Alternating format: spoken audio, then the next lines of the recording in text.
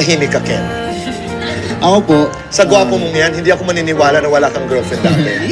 ako po, sa totoo lang po, nung naging pumasok po, bago po naging trainee po, may girlfriend po ako nun.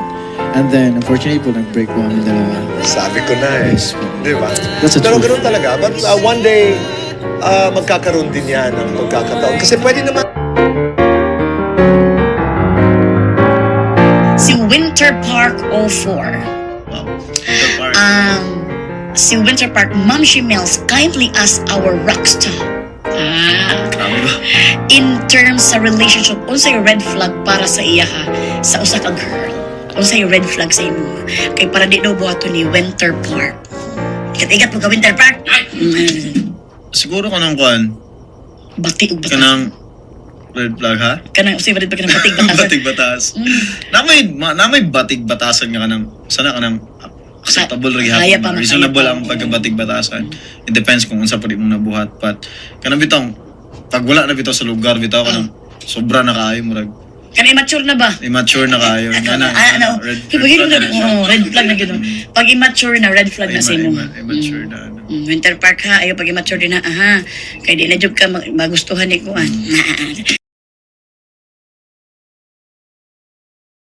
Isa po pala. Sino yung nag-girlfriend sa inyo? Pakipag-date? Actually. Di ba, meron po kaming situation na bilang pa to. Kasi Yeah, training. Tapos may girlfriend ko. Ikaw lang nagka-girlfriend, girlfriend sa inyo. Hindi. Actually before po mag-start ng SB19, meron jowa. Tapos parang isang araw nagising po siya na wala na daw po siyang love sa akin. Nagka-girlfriend ka ba, Justin? Nakailang girlfriends ka na, Justin?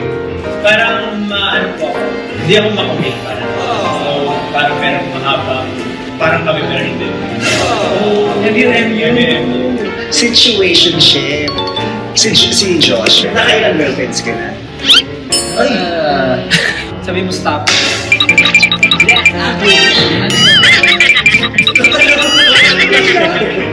Matagal siya mag-